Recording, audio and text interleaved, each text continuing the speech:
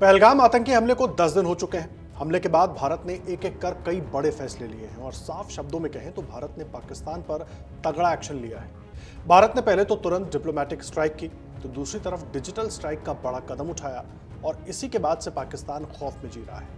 वहीं हाल ही में पीएम मोदी ने सेना को बिल्कुल फ्री हैंड दे दिया है। दूसरी तरफ पाकिस्तान के खिलाफ कई कड़ी कार्रवाइयों का ऐलान किया गया था। इसमें सिंधु जल संधि को निलंबित करना, अटारी बॉर्डर बंद करना और राजनयिक संबंधों को कम करना भी शामिल है। और बुधवार को भारत ने पाकिस्तानी एयरलाइंस के लिए अपने हवाई क्षेत्र को भी बंद कर दिया है। अब भारतीय नेवी ने भी अरब सागर में एक्सरसाइज शुरू कर दी है।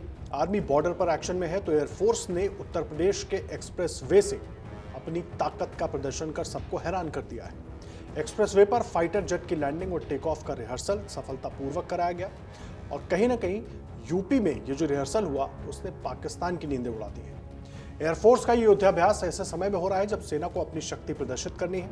आतंकी हमले के बाद भारतीय सेना लगातार अपनी तैयारी को पुख्ता करने में जुटी हुई है। अब भारत की ताकत देखकर पाकिस्तान परेशान है, हैरान है। यूपी में गंगा एक्सप्रेसवे पर एयरफोर्स के फाइटर जेट्स ने टचडाउन और लैंडिंग की।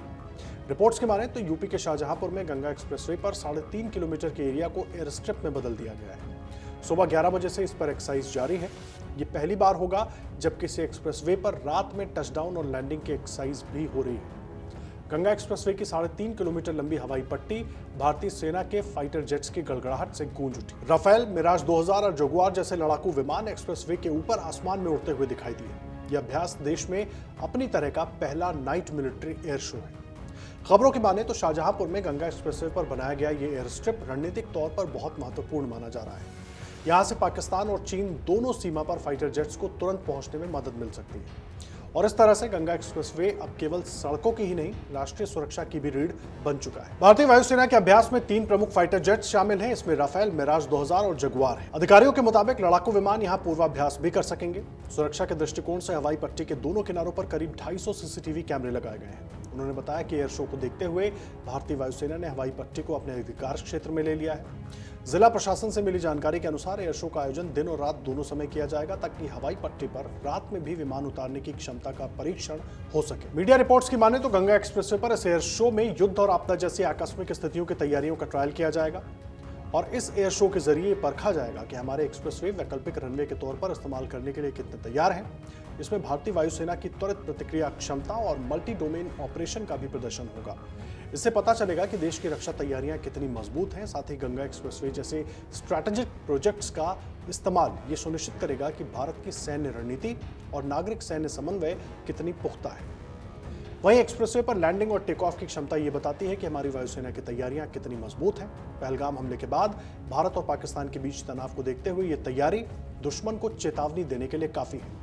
मेरठ से प्रयागराज तक 594 किलोमीटर लंबे गंगा एक्सप्रेसवे पर आज की रिहर्सल ये बता देगी कि दुश्मन के ठिकानों को तबाह करने के लिए भारत केवल अपने एयरबेस पर ही निर्भर नहीं है, बल्कि आपातकाल में हर हाईवे एयरफोर्स की ताकत बनने वाला है।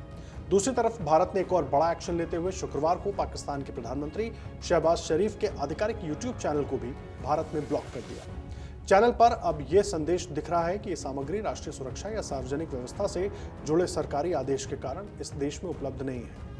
शहबाज शरीफ का चैनल अब तक का सबसे हाई प्रोफाइल खाता है जिसे भारत सरकार ने ब्लॉक किया है। इससे पहले पाकिस्तान के वित्त मंत्री ख्वाजा आसिफ और सेना की मीडिया शाखा ISPR के खाते भी ब्लॉक किए जा चुके हैं। सरकार ने केवल राजनेताओं के खिलाफ ही नहीं बल्कि पाकिस्तानी खिलाड़ियों, सोशल मीडिया इन्फ्लुएंसर्स और न्यूज़ चैनलों के खातों पर भी कार्रवाई की है।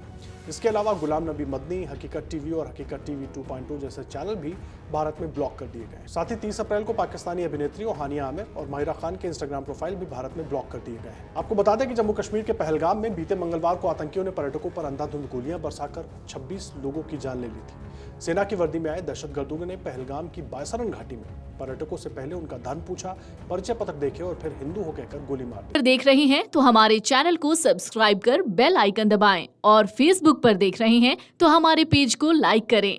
8 मिलियन प्लस सब्सक्राइबर, आपके इस भरोसे के लिए बहुत धन्यवाद।